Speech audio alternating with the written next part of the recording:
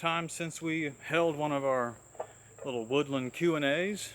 I thought I'd do it. I've got some questions pulled up on my phone here. Let's jump right into it. So we got a question from Sparrow Hawk. So Sparrow says, when playing overhand, how on earth do you get clarity out of the struck note?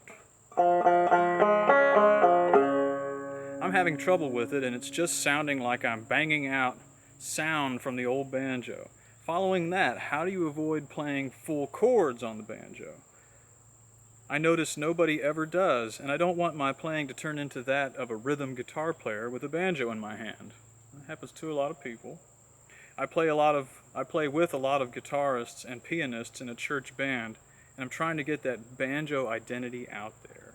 Okay, Sparrow.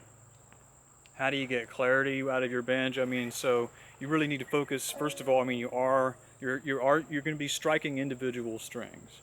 That's what you want to do. A lot of banjo pickers, especially traditionally in the past, they maybe did just sort of brush and hit whatever string, or maybe they would strike individual strings sometimes, but often just brush and get two or three. So you want to try to avoid that, to get that real clickety-clackety, clickety-clackety, boom-chicka banjo, sharp banjo, bass and treble going out there, that rhythm. You do need to be making sure you're striking individual strings, with the back of your index finger. It's not important. Look at me. I don't have a very long fingernail. Sometimes people ask me. I keep my fingernails trimmed short. And so I strike an individual string, and my fingernail slides off that string and slides and thumps. It slides over the edge of that nail onto the meat of my finger. It makes a little click and that's a sharp click that I get. And then as it slides off on every string, especially on the first string, it's sliding off and thumping that banjo head. That's one thing to get that banjo identity. But always just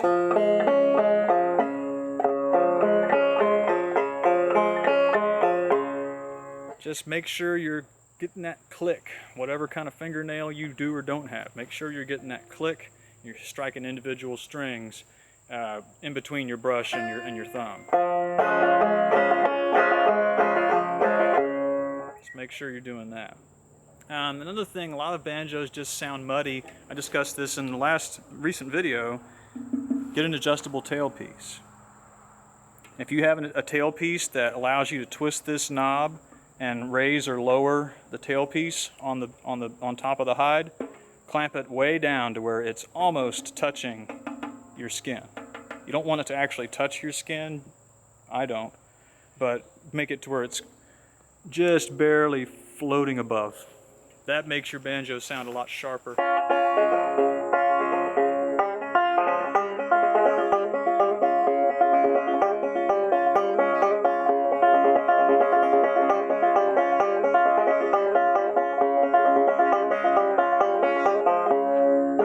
Makes the banjo sound a lot sharper and clickety-clacketier. Okay, well, hopefully that answered your question, Sparrow. Oh, and you asked about chords. How do you avoid doing chords? Well, just don't do full chords. Don't learn that way. It's good to know chords on the banjo, but I never have worried about it. And the reason for that, historically, guys, these instruments they often didn't have as many as 5 strings. But even then, they have been fretless for a good chunk of their history. So a lot of the vernacular playing was developed on fretless instruments. And so when you're on a fretless banjo, you can do chords. A lot of the minstrel tutors and guitar-style banjo tutors, starting in the 1860s, they show a lot of crazy chording. It's not vernacular. That's stuff that they developed. Musicians and artists developed that. But vernacular people, by and large, generally, were not doing a lot of chording back in the days.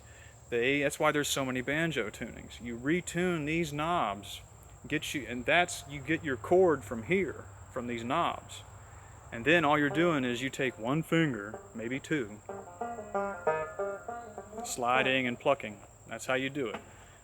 So don't worry about the chords. What I suggest to you, if you want to get away from chords and get that banjo identity, learn different tunings. Like I use as many, probably about, on a day-to-day basis, I probably use like 5 or 6 tunings. My overall repertoire, my total number of tunings that I could pull out is maybe, I don't know, 14 or 15. So know you at least 5 different tunings, then you know if the guitar player is tuning to drop D, then you know to go to Rubin tuning, F sharp D, F sharp A D, stuff like that. Okay, let's go on to another question.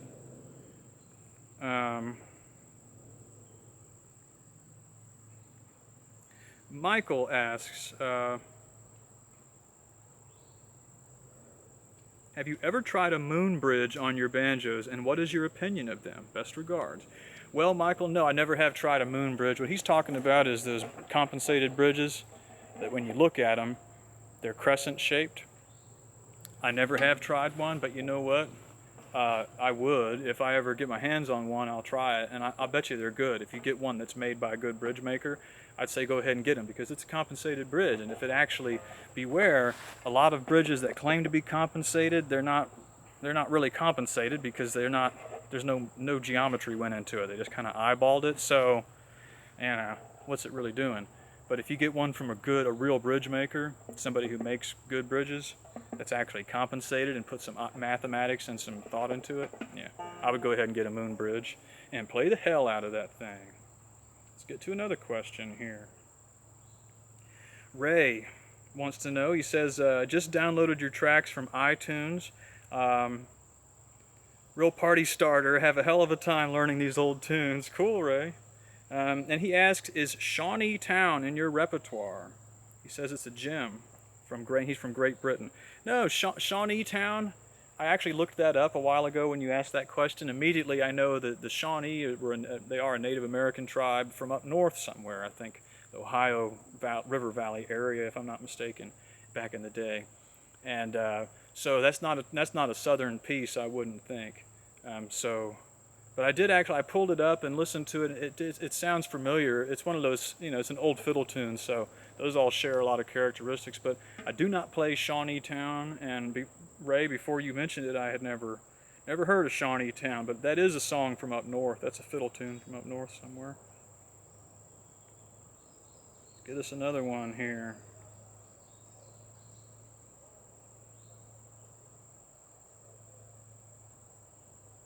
That's basically asking about chords. We already handled that. Okay, Thomas says, hi Clifton, I have 2 questions. First, what is that tune you played, Blasey? Are your bridges sometimes closer to the rim or tailpiece than what might be more typically taught these days, and or does this depend on the tailpiece in use? Thanks. So what Thomas is talking about is on some of those old 1880s, 1890s banjos, you'll see that the bridge is set way back here close to the rim. You generally have that little short no-knot tailpiece and a bridge way back here.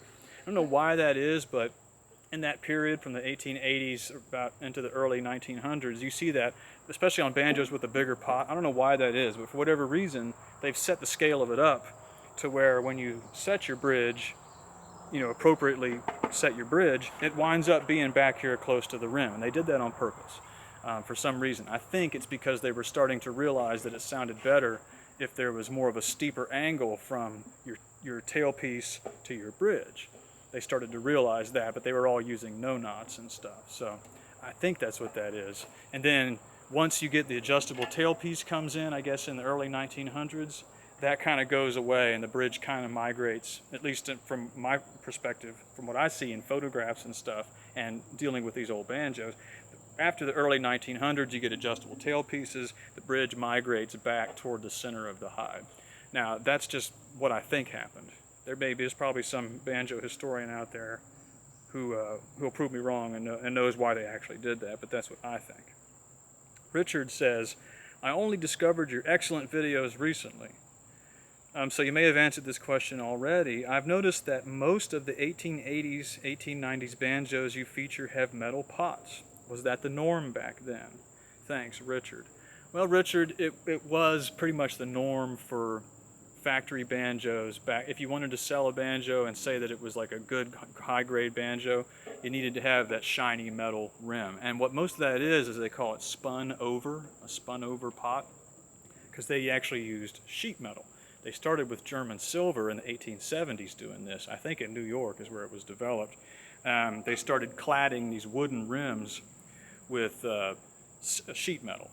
And then sort of when you what they do is they spin it. I guess they call that, they spin it over around the tops of the around the top, so and bottom of the rim, so it's a spun over rim.